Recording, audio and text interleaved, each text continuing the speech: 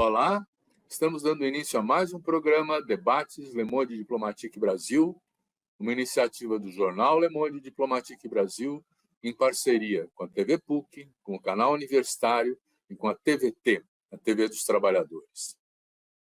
Hoje nós vamos tratar de um tema que está sendo assim motivo de discussão acadêmica, discussão política. Afinal, como se comporta a nossa juventude na cena pública frente à política? Na Argentina, os mais jovens, aqueles que têm até 22 anos, estão apoiando maciçamente a extrema-direita. O que é isso? Será que é uma questão que diz respeito também ao Brasil? Nós estamos tendo algum fenômeno de distanciamento ou de crítica do sistema político pelos jovens? Bom, essas questões todas nós vamos tratar no programa de hoje e nós convidamos para isso um especialista que tem feito pesquisas nessa área, que é o Alexander Dunho Chiodi. O Alexander, que está aqui com a gente, que eu agradeço muito a disposição de poder participar, ele é mestre em ciência política pela Universidade Federal do Rio Grande do Sul e ele acaba de concluir uma pesquisa sobre valores conservadores e autoritários na juventude brasileira. É a razão pela qual nós o convidamos, Alexander.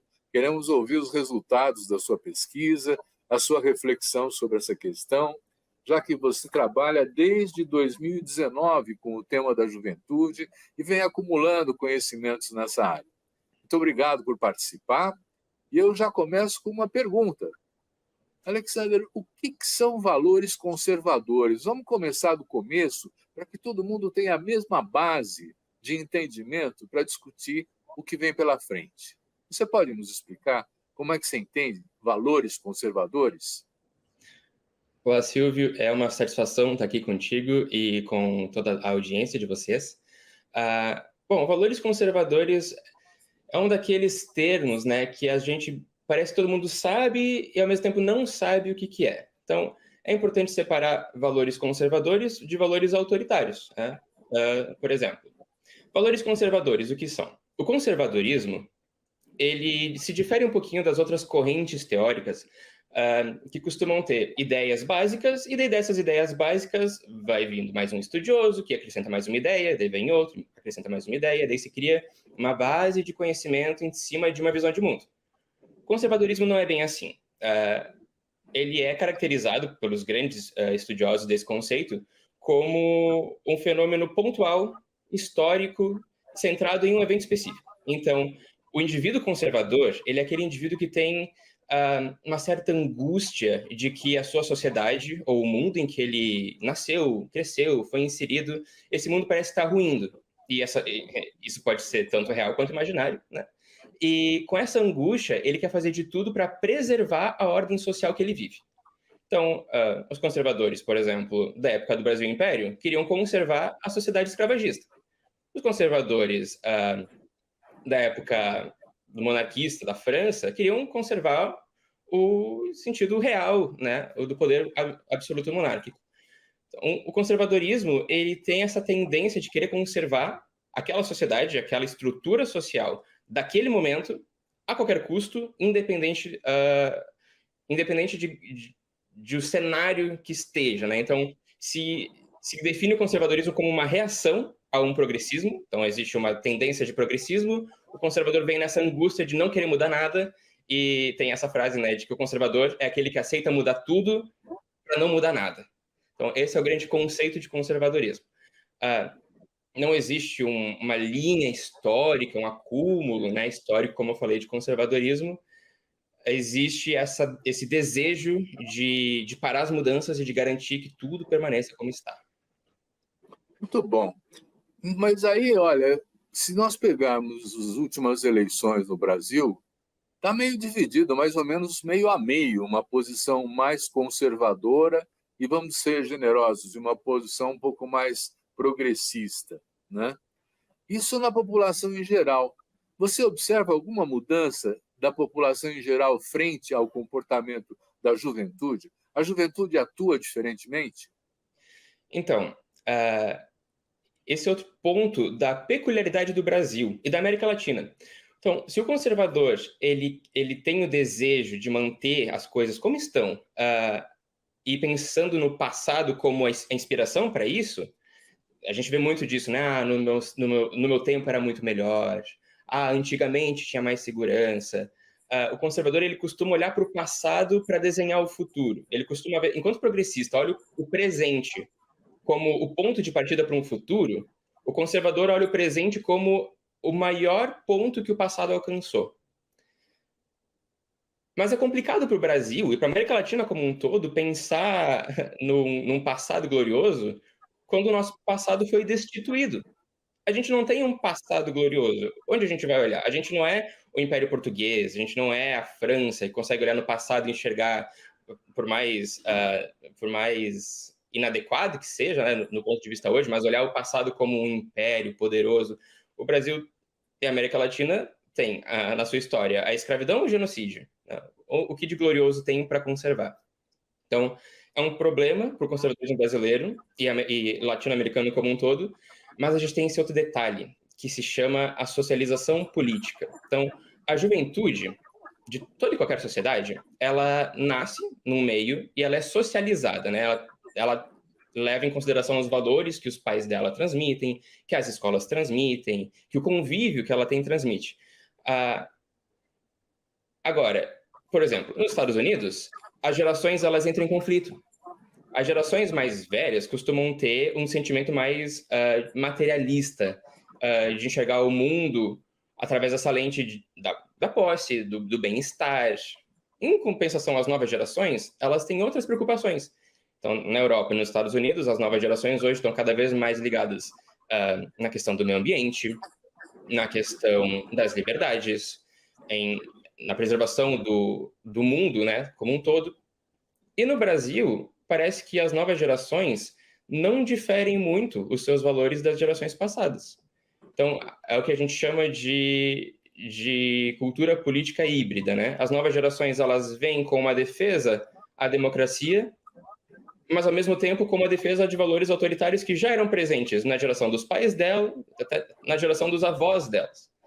Então, é um pouco complicado a gente falar sobre vem uma nova geração, essa nova geração vai mudar tudo porque eles pensam diferente.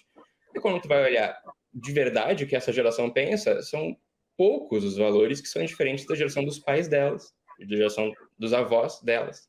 Isso lembra aquela música do Belchior, né? Que apesar de tudo que fizemos, ainda somos os mesmos e vivemos como os nossos pais. Como os nossos pais. Alexandre, nós não estamos falando de todos os jovens, né? Nós estamos falando de uma parte deles, né? Porque eu ficaria um pouco surpreso se todos os jovens se comportassem e pensassem de uma maneira conservadora. Como você obteve os dados da pesquisa, te mostram o quê, hein?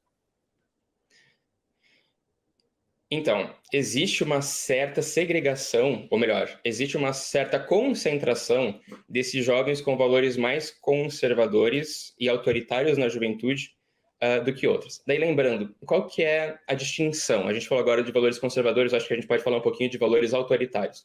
O autoritário, enquanto conservador, ele está mais ligado a essa conservação da forma, ele costuma ser um pouco apático em relação à política, até que ele seja ativado, né, por uma mudança social, que ele se sente, bom, então preciso me movimentar, preciso fazer alguma coisa.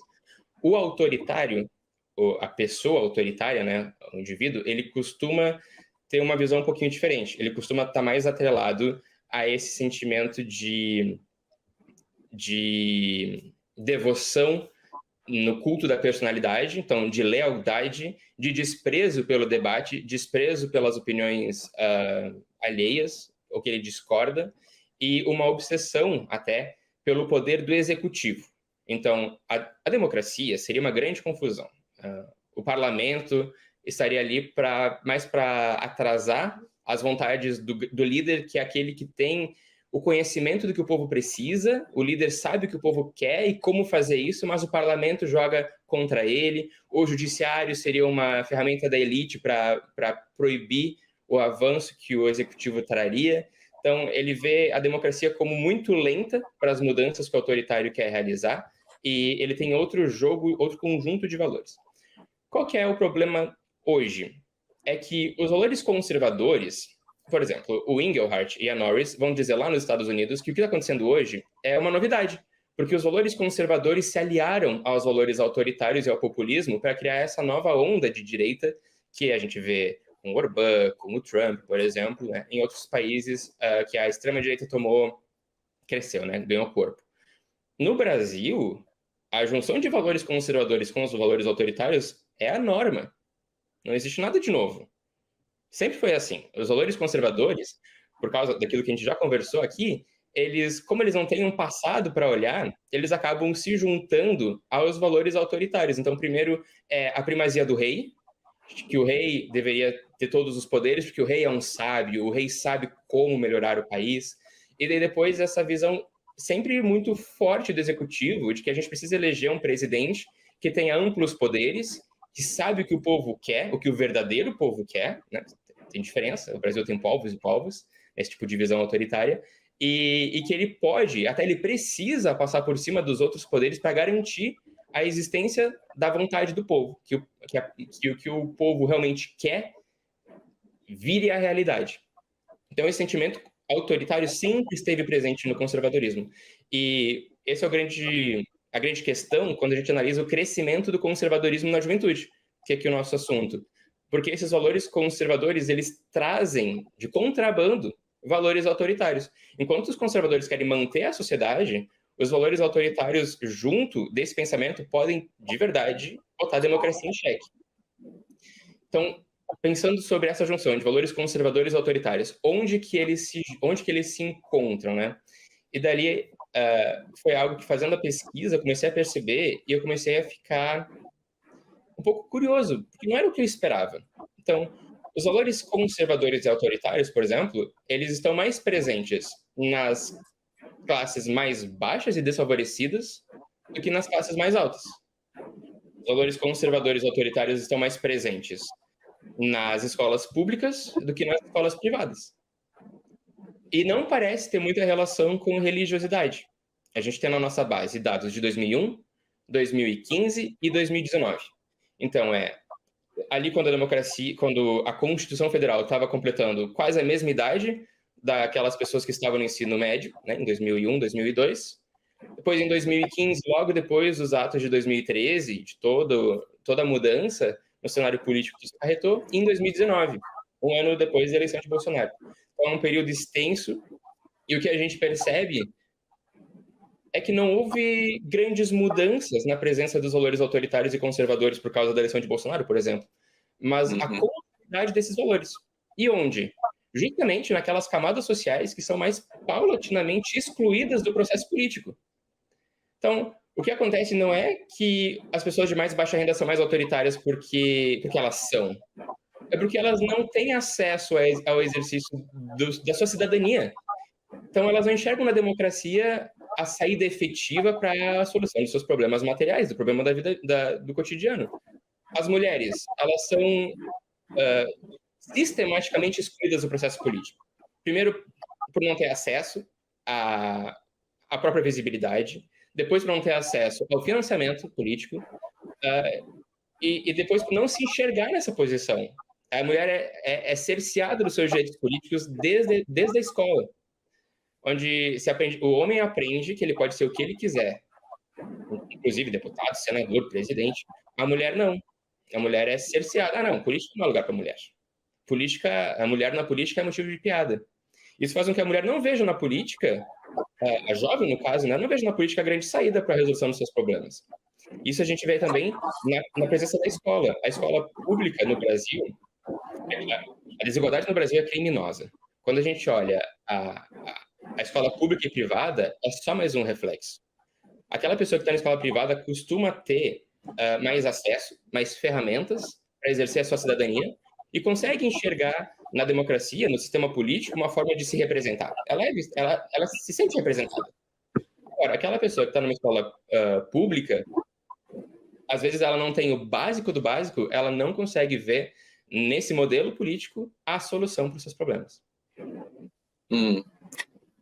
Eu queria te fazer uma pergunta que ainda está para mim uma dúvida, e eu vou pedir que você responda essa pergunta depois do nosso intervalo que nós vamos fazer. A pergunta é a seguinte, né?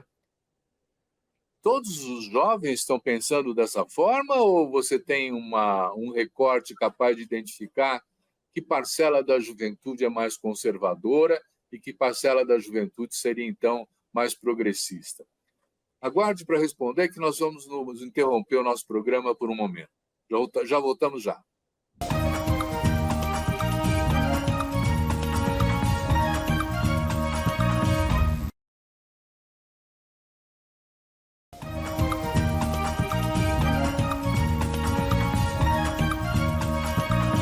De volta agora, eu refaço a pergunta para você.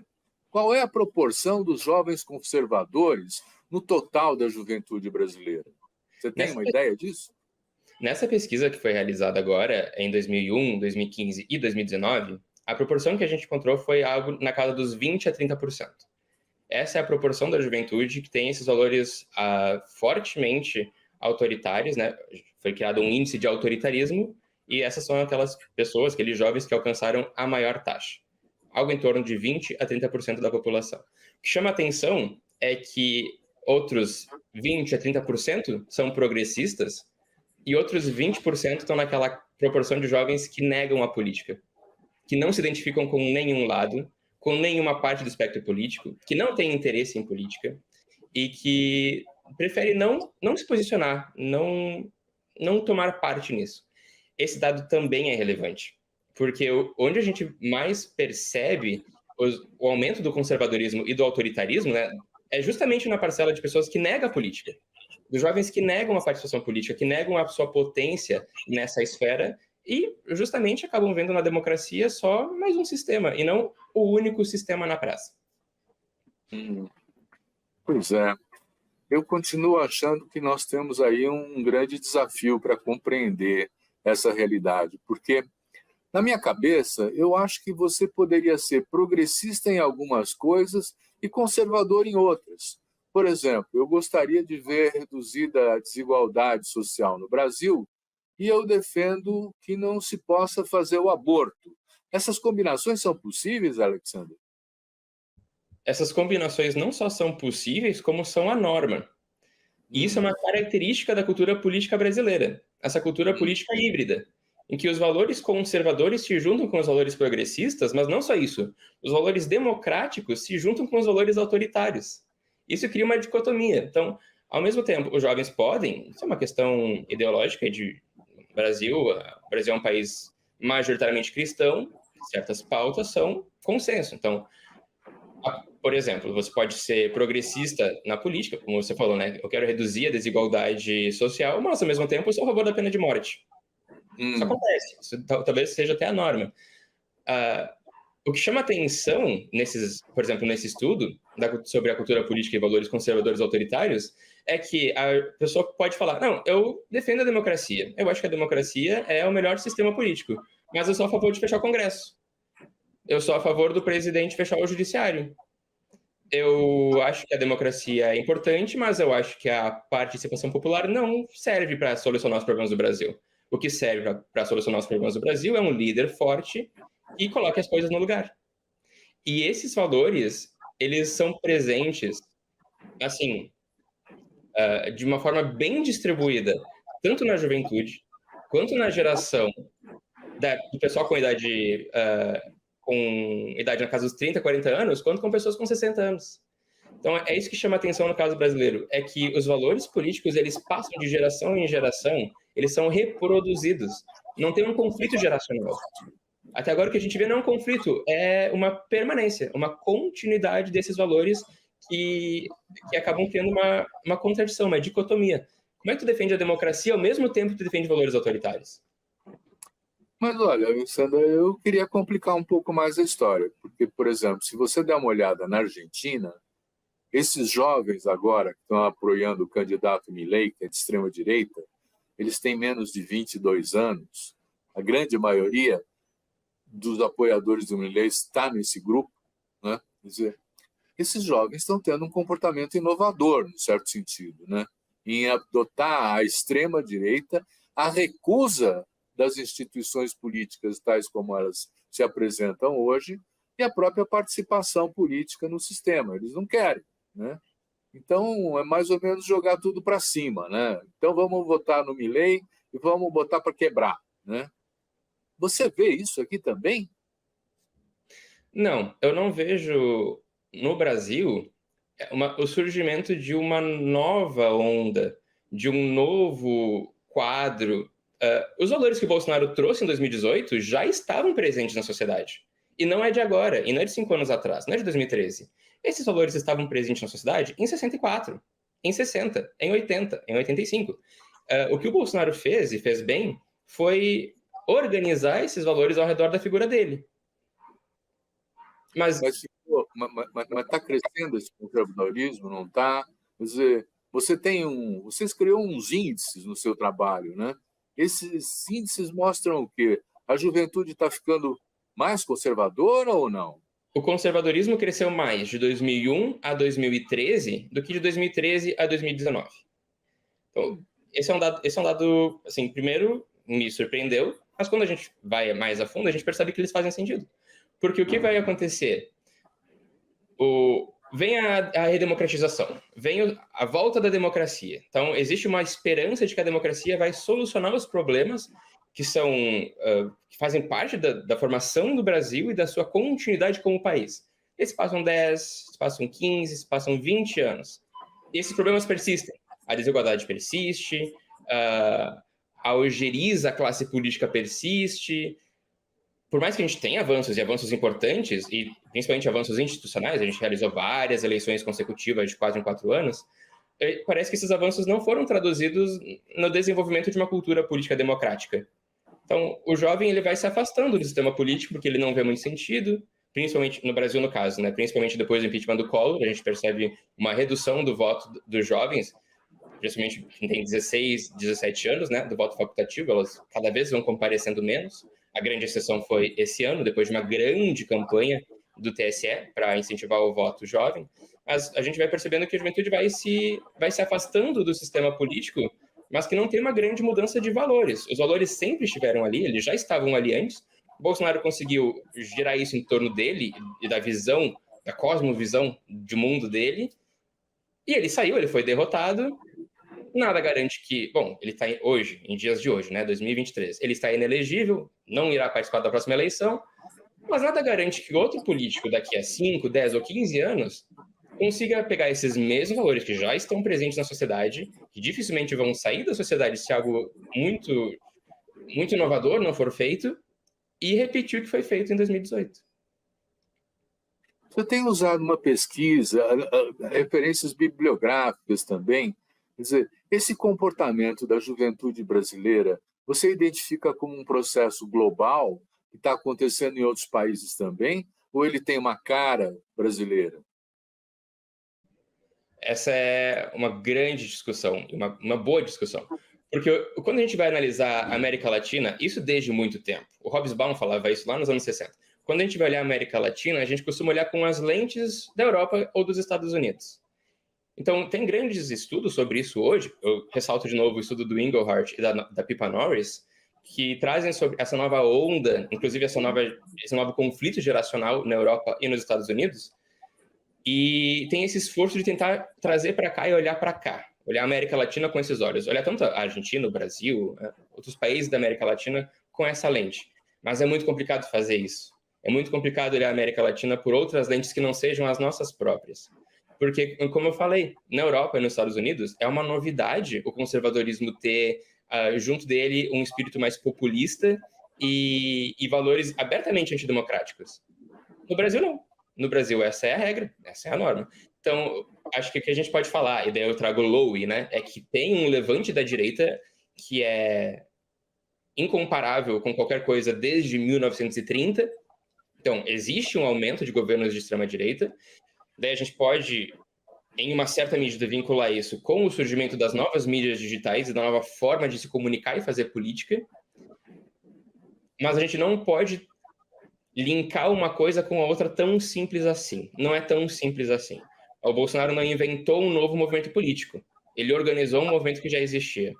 É diferente do cenário exterior. Mas a gente pode falar com uma certa tranquilidade que existe uma onda de direita e extrema-direita no mundo. Acho que vigorou mais forte até talvez o final dessa década, de 2010, início de 2020. Parece que, né, com a derrota do Trump, com a derrota do Bolsonaro, existe um certo limite assim, histórico. Então, existe isso, mas a gente talvez tenha que ter um pouco mais de cuidado para ligar o Brasil e a América Latina nesses parâmetros da Europa. Tá. Eu vou fazer uma pergunta para você, e novamente eu vou pedir que você responda depois do nosso próximo intervalo, né? Em que consistem os temas que organizam o conservadorismo, né? Nós já tocamos o tema do aborto. Eu queria que você identificasse quais são os elementos que permitem configurar esse perfil conservador, tá bom? E agora, então, nós vamos, de novo, interromper o programa por um momento. Já voltamos.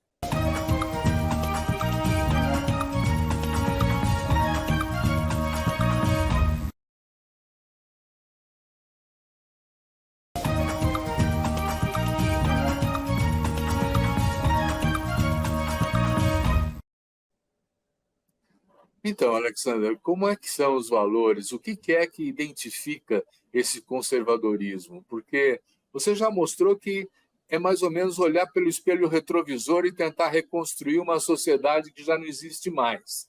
Mas que valores são esses? Porque, afinal, esses valores existem hoje. Exatamente. E isso é muito importante para entender o conservadorismo. O conservadorismo, ele tem um sistema de conceitos que são ativados para justificar qualquer forma de ordem social que esteja vigente. Então, quando a gente fala de conservadorismo hoje, não é a mesma coisa que falar de conservadorismo há 30, 40 ou 50 anos atrás. Cada onda do conservadorismo, cada momento em que ele se sente na necessidade de surgir, ele vai aparecer com novas demandas, novos itens dessa lista, né, desse conjunto de valores e de vontades que são exclusivas. Então, é difícil de falar, o conservador é aquele que quer fazer isso e colocar uma caixinha, né? Porque a cada momento histórico, essas demandas vão surgir. Como, por exemplo, se a gente vai pegar o conservadorismo de 1880, o principal valor é a manutenção da ordem do Império, porque se a ordem do Império cair, se a ordem do Brasil for destruída, o Brasil inteiro vai entrar em caos e vai ser a destruição do Brasil, e daí os nossos vizinhos vão nos invadir. E qual que seria essa ordem do Brasil? A monocultura e o sistema de escravidão. Então o Brasil precisa sobreviver sobre esses dois pilares. Se um desses dois pilares cair, o Brasil é destruído, é dizimado. Então a gente nunca pode pensar em flexibilizar o sistema de monocultura e nunca, em nenhuma situação, pensar em acabar com a escravidão. Porque esse sistema é o sistema que garante que o país funcione.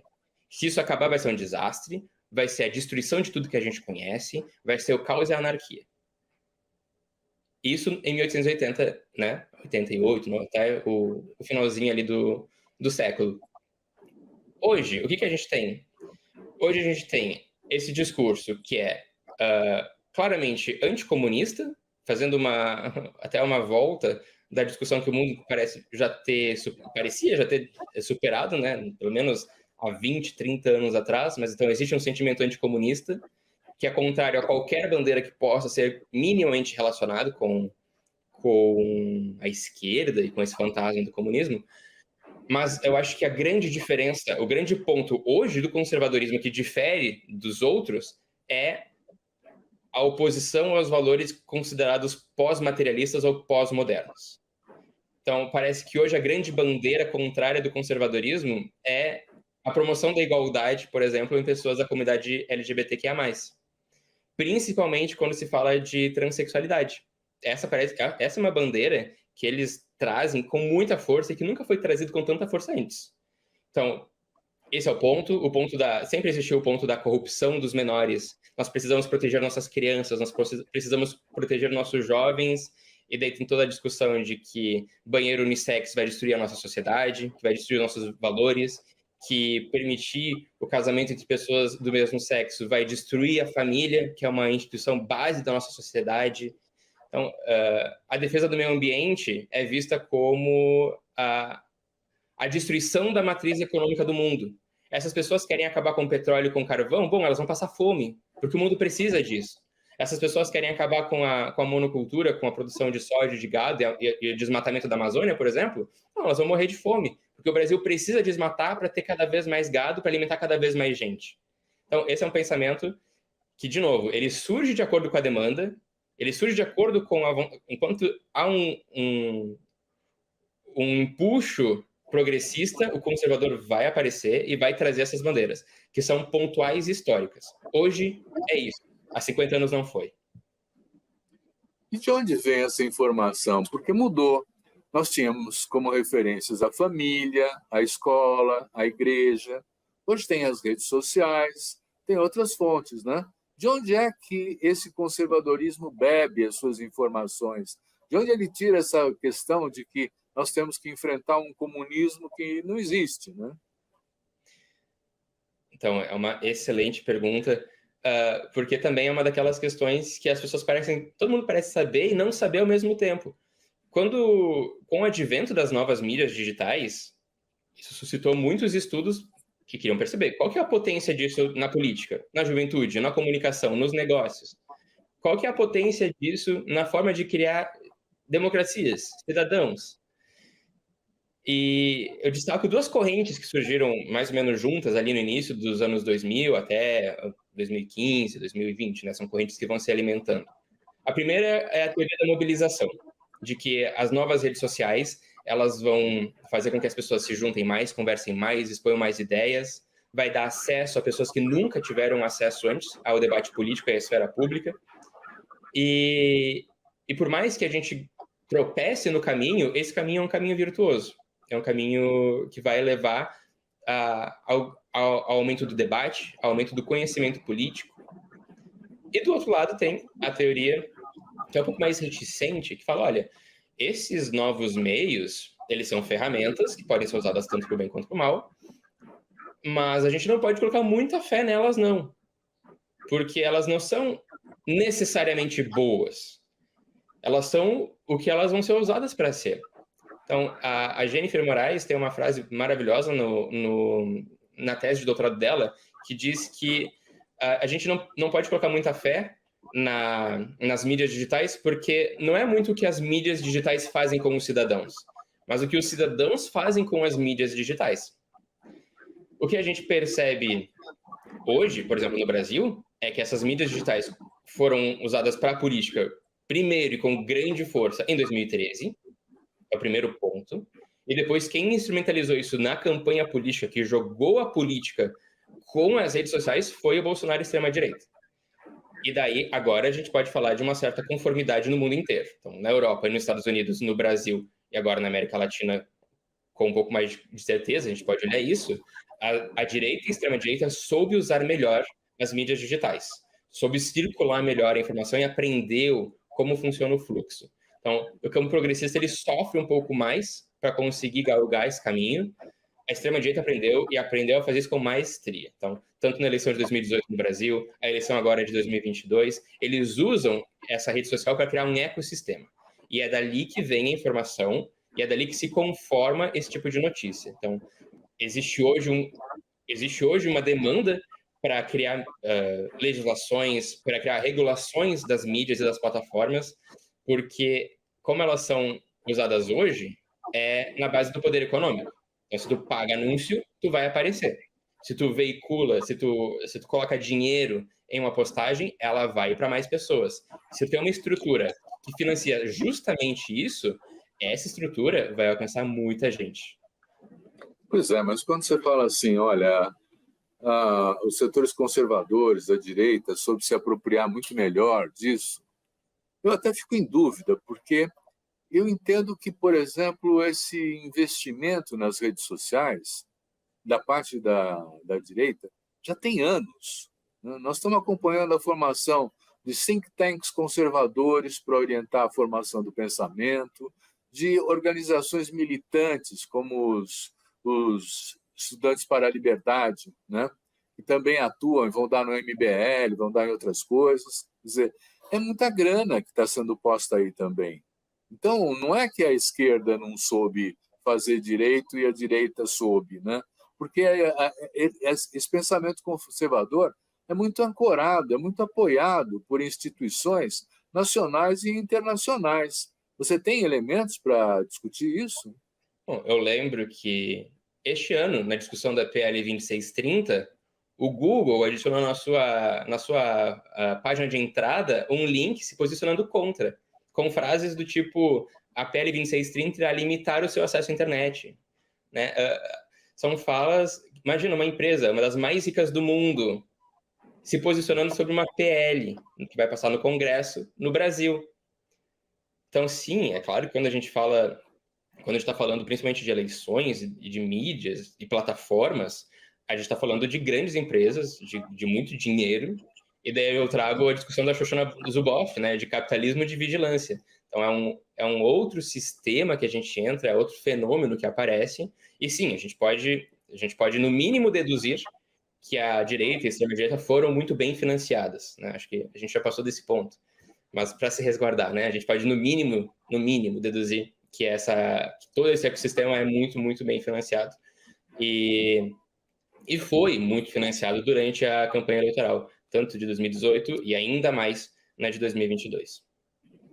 Voltando para a juventude, Alexandre, quais são as aspirações desse setor conservador, hein? Você está falando em 20%, 30% dos nossos jovens. O que eles esperam? O que eles almejam? É uma pergunta difícil. Qual seria... Como a gente pode olhar isso? A preservação de uma história brasileira, acho difícil pensar. A restauração de um passado brasileiro, menos ainda, né? De novo, que passado tu vai querer restaurar? Esse é o passado escravagista? O período da ditadura? Então, existe no conservadorismo atual e brasileiro, principalmente, e esse não tão atual, isso desde a década de 30, 40, a visão de que, bom, é imperativo se modernizar, a gente precisa da modernização, a gente não tem como ficar atrelado a um tradicionalismo, porque a única saída do Brasil para a Constituição como um país é a modernidade. Então, não acho que seja voltar a um passado idealizado, né? Acho que é mais a ideia de preservação da sociedade como ela está configurada, e isso por si só é um problema. Porque a sociedade brasileira, estruturada como ela está hoje, é uma sociedade criminosamente desigual. A nossa desigualdade não só de renda, mas de acesso ao básico. A nossa desigualdade entre regiões do país, entre um estado e outro, entre uma cidade e outra, entre bairros da mesma cidade. Então, o próprio desejo de manter a sociedade exatamente como está, de não realizar nenhuma mudança, de fazer qualquer mudança para garantir que nada mude, só isso já é preocupante, tanto para o desenvolvimento democrático brasileiro. Mas, Alexandre, aí também não tem futuro para essa juventude, porque se não mudar o cenário, eles estão roubados, né? Quer dizer, não vão ter emprego, vão se formar e vai ser o engenheiro que virou suco, vai montar uma lojinha de suco. Quer dizer, não tem nenhuma preocupação com o futuro posta aí? A uberização do mercado, né, é um grande exemplo disso. Então, a destituição de direitos básicos para um novo tipo de mercado de trabalho, um novo tipo de economia, um novo tipo de pensamento do Brasil. Bom, o Brasil, vamos olhar para onde tem o grande financiamento do Brasil, né? Uma grande parte do financiamento do Brasil está indo para o campo, para a produção de monocultura. Esse é um desejo de desenvolvimento do Brasil? É esse o Brasil que a gente quer construir para o futuro e para a juventude, para as novas gerações? Daí é claro que a gente volta, né, para outra questão, que é a convivência de valores. Então, a nova juventude, como a juventude anterior, ela pode ter a reprodução de valores que já existiam antes, mas tem novos fenômenos, existem novas ferramentas. As mídias digitais, elas existem, e isso é uma novidade concreta. A antiga geração não tinha, a nova geração tem. É uma ferramenta. Como essa ferramenta vai ser utilizada? Então, acho que a gente, ao mesmo tempo, não pode colocar tanta fé nas mídias digitais, nas ferramentas digitais por elas mesmas, mas a gente pode colocar uma grande dose, pelo menos, de esperança na forma como essas mídias vão ser usadas. E daí existe uma série de pesquisadores que falam sobre letramento midiático, né, sobre como utilizar essas ferramentas para a educação nas escolas, como inserir essa juventude com essas novas ferramentas. Daí, uma das grandes pesquisadoras no Brasil é a Ana Júlia Bernardi, traz isso tanto na tese de doutorado dela quanto em outros estudos, como o letramento digital é importante e como essa pode ser uma saída para aumentar a capacidade de contato dessa juventude e incentivar ela a exercer a sua cidadania, que é tão importante para o nosso desenvolvimento. Você tem a percepção de posturas e comportamentos diferentes entre jovens homens e jovens mulheres? Não existe, assim, em nenhuma grande base de dados usados. Eu cito aqui o nosso estudo do Núcleo de Pesquisa sobre a América Latina, que fez essas pesquisas com os jovens, tanto em 2001, 2015, 2019, parece não haver uma grande diferença em relação a gênero. Parece estar mais homogêneo. Assim, no gênero não, pelo menos na presença de valores conservadores autoritários ou no uso de mídias digitais, não existe grandes diferenças assim, significativas a ponto de a gente dizer que gênero é um elemento para isso. Daí, claro que a gente tem que se situar. Estamos no Brasil, um país extremamente machista, que valores machistas passam e fazem parte da conformação tanto do Estado, quanto da cidadania, quanto da nossa sociedade no dia a dia. A gente vive numa sociedade que a nossa cultura política é patriarcal nesse sentido.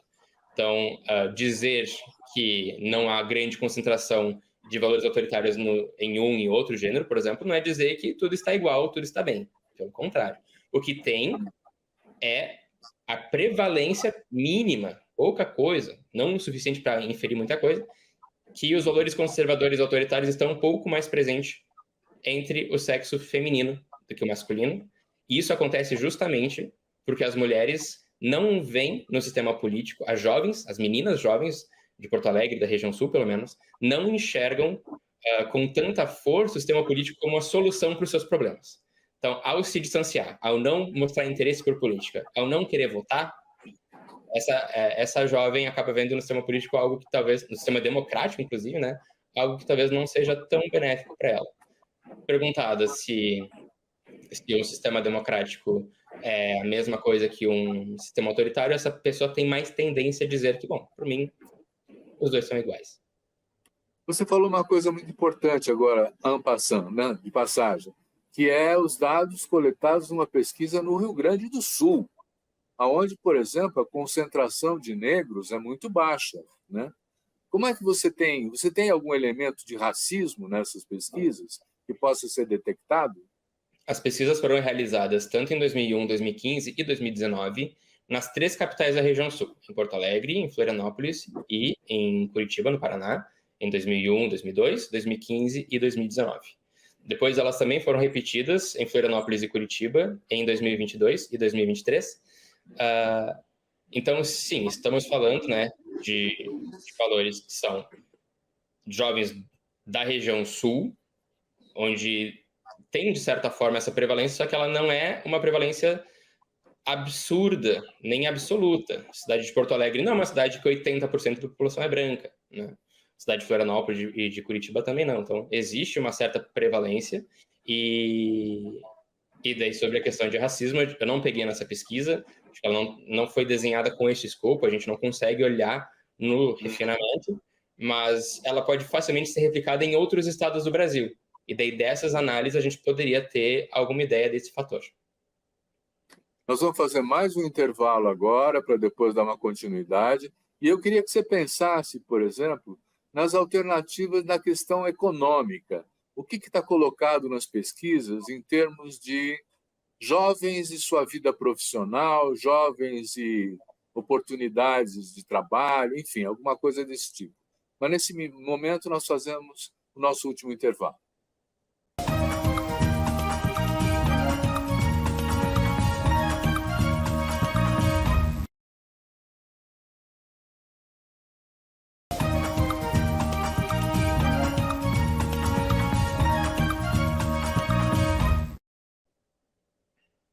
Então, Alexander, eu estou tentando resgatar talvez coisas que na sua pesquisa não estejam presentes, que são preocupações nossas, mas também a sua valiosa e rica pesquisa pode não estar abordando isso. Mas, de qualquer maneira, eu penso que essa juventude conservadora ela está se exprimindo nessa forma também porque ela não vê alternativas a futuro para a sua própria inserção na sociedade.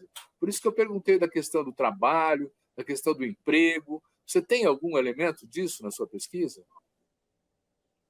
Não, na pesquisa não foi abordado essa questão a fundo, até porque a gente está falando de jovens do ensino médio, às vezes do primeiro, segundo ano do ensino médio, começando a se preocupar com isso. E ao mesmo tempo não, né? A gente está falando também de jovens que já estão no primeiro ano do ensino médio e trabalham há bastante tempo, inclusive. Então, a questão do trabalho no Brasil e juventude, ela é explorada há muito tempo, sobre várias análises e óticas. Eu acho que os dados, trazendo isso para a pesquisa aqui, né? A gente vê que a categoria de jovens das mais baixas rendas, então que tem menos acesso, são aqueles que têm uma certa prevalência de valores conservadores autoritários. Isso faz sentido quando a gente vê a falta de expectativa, a falta de enxergar no sistema que existe hoje a solução para o seu problema. Então, eu tenho um problema material hoje, eu não tenho acesso, sou um jovem que não tem acesso ao básico de exercer cidadania, às vezes ao básico do básico.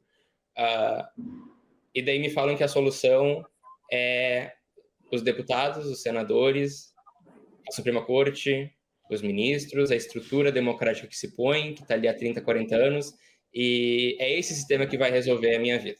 Daí vem uma pessoa que é visto como um líder, que tem um discurso fácil, que tem um discurso que faz sentido, que coloca a culpa de eu não ter o básico do básico em alguém, físico, palpável, material, né? E é essa pessoa, ou esse grupo, ou é esse conjunto de pessoas que são responsáveis por eu ser privado do mínimo. Essas pessoas são mais suscetíveis, né, a entrar nesse discurso, a fazer parte desse movimento. Eu acho que a questão do trabalho e da juventude, do trabalho do futuro, é complexa. Talvez a gente esteja começando a entender as grandes mudanças que o capitalismo 4.0, né, que a grande revolução das mídias digitais estão trazendo. E essa discussão é uma discussão que dá um programa inteiro, com certeza. Com certeza, dá mesmo, né? O que a gente não abordou da sua pesquisa que você acha importante colocar para todos nós? Eu acho que são certas colocações que não parecem fazer parte do senso comum quando a gente pensa em juventude, em conservadorismo e autoritarismo, que com um certo olhar científico a gente começa a enxergar e a perceber como agir. Então, existe um aumento do autoritarismo que é hoje, que surgiu com o bolsonarismo, por exemplo, com a eleição do Bolsonaro, que mudou o cenário político, que mudou a cabeça da juventude, que agora tem uma parcela de deputados, o deputado com o maior número de votos do Brasil, é um deputado jovem, tem 26 anos, é o Nicolas Ferreira, né, do próprio PL, o partido que o Bolsonaro concorreu. Então, parece que houve uma mudança, que houve um acirramento, que houve o surgimento de algo novo, e é mais preocupante do que isso. Já estava ali, já existia, não foi fundado nada. Então, esses elementos já existiam, eles foram usados de uma forma diferente, e a juventude está nisso. Ela está no meio dessa encruzilhada entre os valores que já existiam, as ferramentas que estão surgindo, como você trouxe agora, né? Uma nova configuração econômica que não tem muito a ver com o que já existia antes. E como fica a democracia do Brasil nesse caminho? Que a juventude de hoje vão ser os cidadãos de amanhã, os jovens hoje vão ser os políticos de amanhã, e os valores que eles vão trazer vão ser valores novos, ligados com as demandas que a gente precisa para o futuro, que é cada vez mais urgente. Então, a gente vê na emergência climática um exemplo físico, palpável, né, do que está acontecendo hoje. Eu moro no Rio Grande do Sul, a gente teve enchentes aqui que foram vistas pouquíssimas vezes na história. Então, é uma emergência, são novas demandas, são novas preocupações, e a gente vai trazer para enfrentar essas novas demandas e esses novos desafios a mesma mentalidade dos anos 60? A gente vai encarar o futuro com a mesma cabeça do passado? Então, essa é uma grande questão que esse trabalho pode contribuir, assim, pelo menos trazer o questionamento, né? O que a gente pode fazer e como a gente pode fazer para garantir a democracia no Brasil. Essa é uma questão muito interessante que você está colocando, né? E de onde saem essas ideias também? Quer dizer, você tem a escola, você tem a família. Eu acho que cada vez mais presente hoje em dia você tem a igreja, né? E talvez seja esse tipo de socialização que tenha a presença muito mais forte nos setores mais pobres, essa presença dos evangélicos e tudo mais, e tenha feito essa diferenciação de classe, né? Quer dizer, você está falando que os mais conservadores são as classes mais desfavorecidas, né? É isso mesmo? Esse é outro ponto contraproducente, porque existe uma mudança religiosa no perfil religioso do Brasil, dos anos 80 para cá, com certeza, mas dos anos 2000 para cá. Tem uma mudança no perfil religioso. Muito mais gente se identifica com nenhuma religião, por exemplo, e tem um aumento da classe evangélica sobre os católicos. Mas quando a gente faz o cruzamento de religião com valores conservadores autoritários, existe uma tendência de homogeneização. Então, tudo parece convergir para o mesmo ponto, para a mesma média. Não, pelo menos nessa pesquisa aqui, com os jovens da região sul, não tem grandes correlações de religiosidade com valores conservadores autoritários. Você está dizendo que tanto os católicos quanto os evangélicos estão professando os mesmos valores conservadores, né? Quanto aqueles sem religião também. Parece que a família é muito mais importante na reprodução desses valores do que a igreja, por exemplo. E a escola também é muito importante. Bom, nós estamos chegando ao final do nosso programa. O papo está bom, mas o tempo vai correndo, né? Eu queria dar a palavra para você para se despedir do pessoal e fazer alguma reflexão final que você queira colocar. Por favor. Silvio, muito obrigado pelo convite. É uma honra estar aqui contigo e com a tua audiência. E acho que o questionamento que fica e a pergunta final é: como a escola pode contribuir para a formação de cidadãos? A escola é o ambiente que esses jovens convivem a maior parte do tempo, com outros jovens. Os jovens se escutam mais entre si do que escutam um adulto, um professor, por exemplo. E como a gente pode fazer com que a escola seja um espaço realmente do desenvolvimento da cidadania? Muito bom. Eu quero agradecer muito ao Alexander Dunho-Chiodi por esse interessante papo. Espero que tenha suscitado questões também em aberto para a gente voltar aos nossos telespectadores com mais elementos. E agradecer você também que nos assiste, dizendo, semana que vem tem mais. Obrigado.